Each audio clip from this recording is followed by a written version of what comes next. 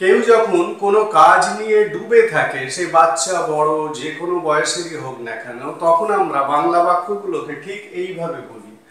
ও phone নিয়ে পড়ে আছে, বাচ্চারা টিভি নিয়ে পড়ে আছে, ও বই নিয়ে পড়েছিল, ওরা খেলা নিয়ে পড়ে আছে। এখানে প্রেজেন্ট এবং পাস্ট দুটোর উপরে এক্সাম্পল দেওয়া হয়েছে। এটা যে কোনো টেন্সেই হতে পারে।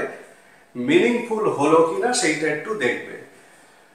তো এখানে যে জিনিসটা তোমাদের জানতে হবে যে এইটুকু অংশকে কিভাবে আমরা ইংলিশে বলবো, পড়ে আছে, পড়ে আছে বা পড়েছিল, পড়ে থাকবে, যেটাই বলো, পড়ে আছে, পড়েছিল, পড়ে থাকবে, এটাকে ইংলিশে ঠিক কিভাবে বলবে।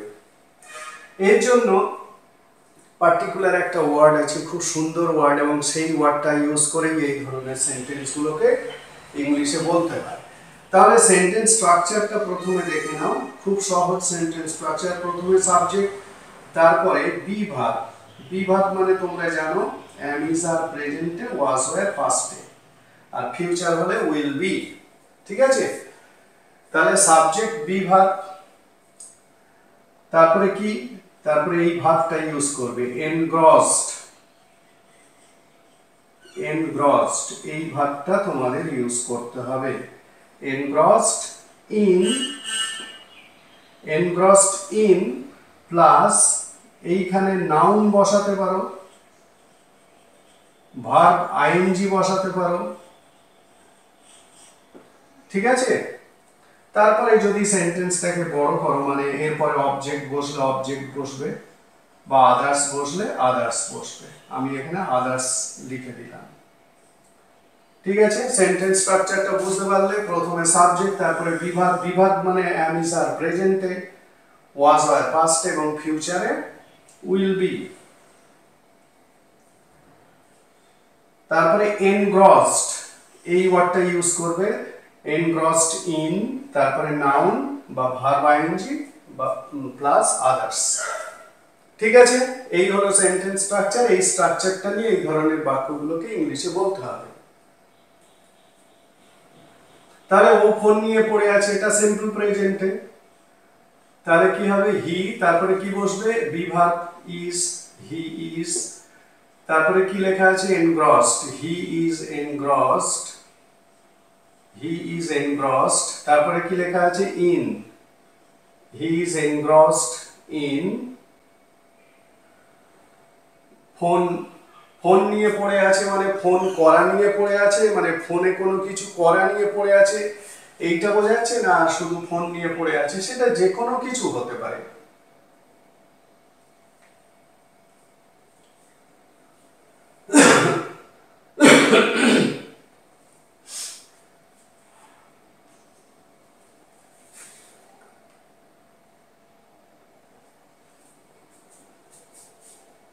মানে ফোন ঘাঁটা নিয়েও এরকম ব্যাপার হতে পারে, মানে ফোন ঘেঁটেই যাচ্ছে এরকম বলা, বা এরকম বোঝা যেতে পারে he is engrossed in using phone, he is engrossed in using phone।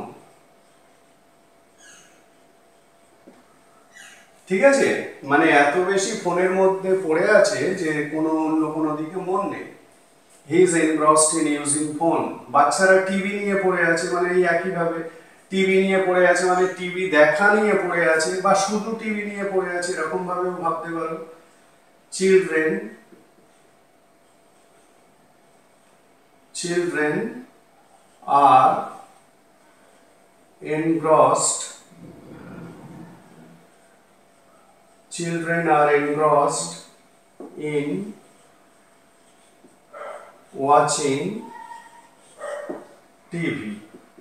ঠিক আছে? কি দাঁড়ালো ইংলিশটা, children are engrossed in watching TV, বাচ্চারা টিভি দেখা নিয়ে পড়ে আছে। পরেরটা ও বই নিয়ে পড়েছিল।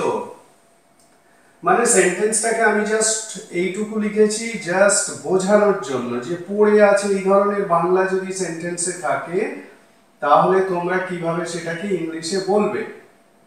তো সেই কারণে সেন্টেন্সগুলো শুধুমাত্র এইটুকু অংশই উল্লেখ করা হয়েছে। এরপরের অংশ বা এর আগের অংশ তোমরা মিনিং অনুযায়ী তৈরি করে নেবে। মানে ও বই নিয়ে পড়েছিল, ও সারাক্ষণ বই নিয়ে পড়ে থাকতো। ঠিক আছে? এরকম ভাবেই বাংলাটাকে ভাবতে পারো।